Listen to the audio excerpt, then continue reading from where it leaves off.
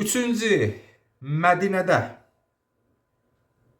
münafiqlər vardı Mədinə şəhərində. Çox təəssüf, Mədinə şəhəri münafiqlər. Münafiq kimdir? Üzdə belə, altda belə. Münafiqlər peyğəmbərlə olan müxalifətlərini deməli davam elətdirirdilər və hətta istədilər ki, peyğəmbər şəhərdən çıxartsınlar. Şimdi münafiqlər namaz, orucları var. Amma peyğəmbərin davranışı düzgün qəbul eləmirlər. Bu dinin başçıdır da. Bilir ki, necə etmək lazımdır, nə vaxt etmək lazımdır, nə demək lazım. Peyğəmbər yaxşı bilir. Dedilər ki, yox. Nə olsun peyğəmbər, sən bizim namazımız, orucumuz var bizim də, sən düzələmirsən. Peyğəmbərin qəbul etdiyi qərarlar, gördüyü işlər, ciddi və düzgün proqramla apardığı öz missiyası nəticəsində bunlar hələ hər şeyə nail ola bilmirdilər. Çünki peyğəmbər çox güclü, yaxşı mənada taktikası vardı, yaxşı din saxlayırdı. Təşkilatçılığı çox gözəl idi və eləyə bilmirdilər peyğəmbərə məsələn açıq-aşkar ziyan vursunlar. İstər-istəməz bu təfriqələr yaratdı. Yavaş-yavaş peyğəmbərə qarşı etirazlar. Əvvəlcə bunların bu içində idi, zahirdə deyildi. Amma zaman ötdükcə nə oldu? Ortaya çıxdı. Yəni birdən-birə heç kim gəlib nəsə olmur. Və la təttəbi'u xutuvatiş şeytan. Şeytanın addımlarından itaat etməyin. Bugün bunu elətdirir, sabah onu elətdirir. Əvvəl pis bildiyimizi indi normal qəbul edirik. Əvvəl məsələn biz onu eləyəndə daha çox pis oluruq. İndi çox rahat qəbul edirik. Bax bunlar zaman ötdükcə insanı bədbəxt eləyir. Bax nə qədər olur sahabə ki, belə bəzisini sayırıq bayaqdan ki, bunlar əvvəl möminlər idilər, sahabələr idilər, amma nə oldular? Gəldi axırda çıxdılar peyğəmbərə qarşı və peyğəmbərə qarşı çıxmalarından ortaya çıxdı nə? Təfriqələr. Qeyd edilər ki, ixtilafların aşkar olmasının ilkin zəminəsi peyğəmbərin ölüm yatağında olduğu zaman olan hadisədir. Baxın, mən bir şey deyim, münafiqlər kimlərdir? Münafiq kimlərə deyirlər? Münafiqun surəsinə baxa bilərsiniz. İccə əkəl münafiqun, peyğəmbər gəlirlər sayana münafiqlər dedilər ki, innəkə lərəsulullah. Sən Allahın elçisisən. Kəlmə-i şəhadət dedilər. Müsəlman sayılırlar, bəli. Amma necə müsəlman? Allah bu ki, ya'lamu innəkə lərəsuluhu vallahu yəşhədu innəl münafiqun ləkazibun.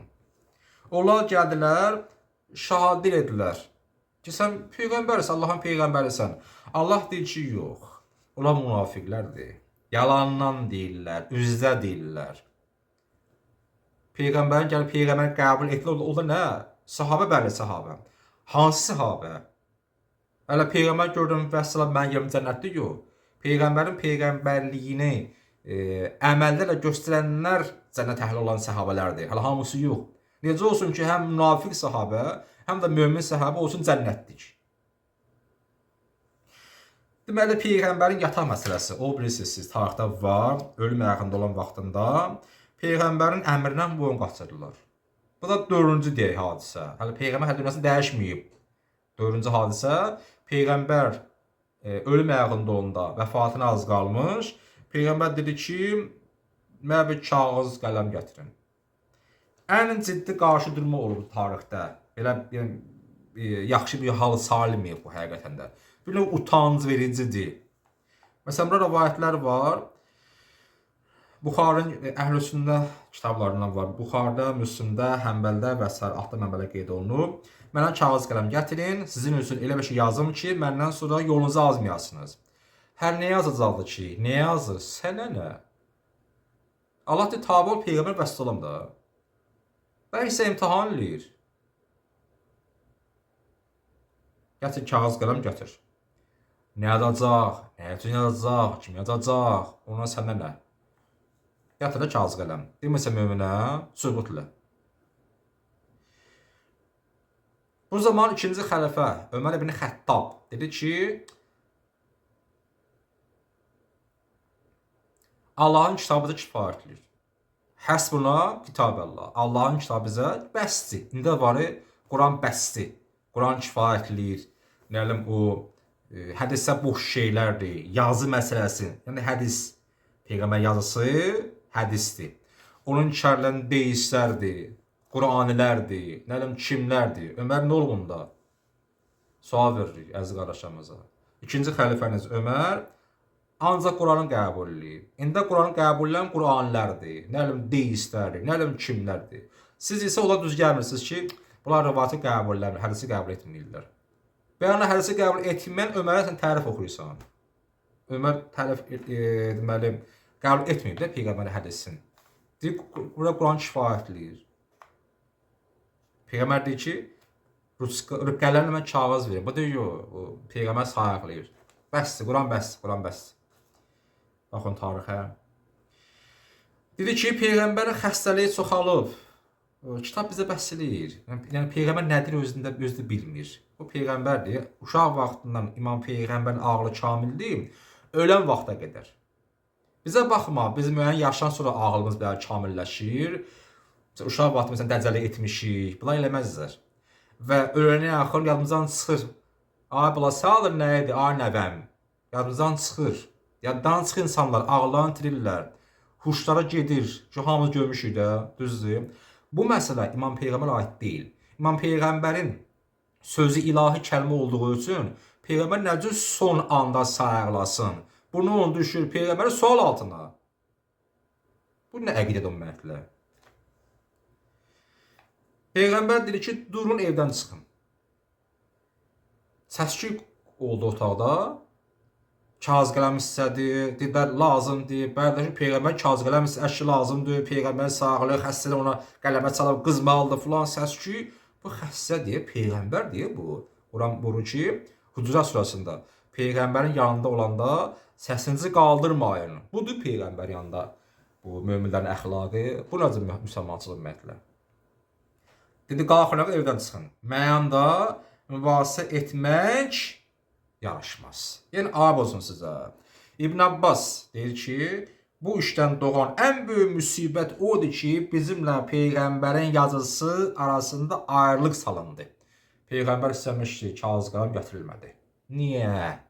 Nə maraq var idi, nə dərdin vardı sənin, nə narazılığın vardı içində ki, sən istəmədin peyğəmbərin yanına kağız və qələm gətirilsin.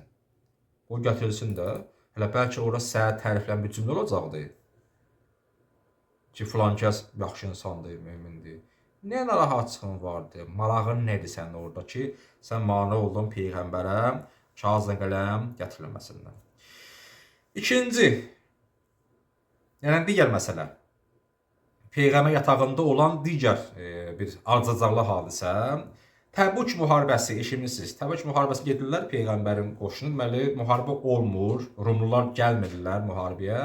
Müharibə baş vermir. Peyğəmbər deyir ki, bunlar gələ bilərlər.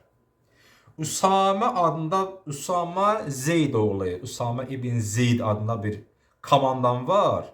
Yaşı 18-dir. Mən onu təyinləmişəm qoşun başçısı. Gedin, ona qoşulun. Bu kimdir? Peyğəmbər. Kimə deyir? Möminlərə. Qoşuldular, müəyyən miqdarı hə. Bəs onlar niyə qoşulmadılar? Quran axıdır ki, peyğəmbərə tabi olun, peyğəmbərə itaət eləyin. Budur sahabəlik. Üsamənin ordusu lazım olan hər şey təchiz edin. Üsamənin ordusuna kömək eləyin, silah sursat verin. Ondan imtina edənlər Allah lənət eləsin. Qoşulmayanlara Allahın lənəti olur da, hədisə əsasən. Böyük əksəriyyət qoşuldular, amma bəzi qoşulmadılar. Niyə qoşulmadınız? Peyğəmbər xəstədir, Peyğəmbər xəstədir. Bu adamın sərdidə qoşul. Qoşulmanın lənəti var. Niyə qoşulmursan? Sən xəstəliyin dırnaq arası canın yanır deyə. Canı yanan adam deməz ki, məsələn, kağız qələm gətirməyin, Peyğəmbər sayıqlayır, nəlim, Quran bizə kifayətli. Bu deməz. Canı yanan adam Peyğəmbər əmrinə tabi olar. Və qoşular Üsamənin qoşuna. Niyə qoşulmadılar? Bəhanə etdilər ki, Peyğəmbər qızmalıdır, xəstəlik narahatdır deyə. O görə məsələn biz qoşulmuruq, Peyğəmbər yanında qalaq. Yanında qalmağa ehtiyac yoxdur. Qalma yanında ehtiyac yox idi. Qalıb qanqaracaq eləsən, əmrlə qoyun qastırsan və artıq əsas sözlə danışırsınız. qalmağınızın hələ getməyiniz məsləhətidir. Getmədiniz, bir günah, qaldınız əmrindən, boyun qaçırdınız kağız qələm mövzusunda 2 günah.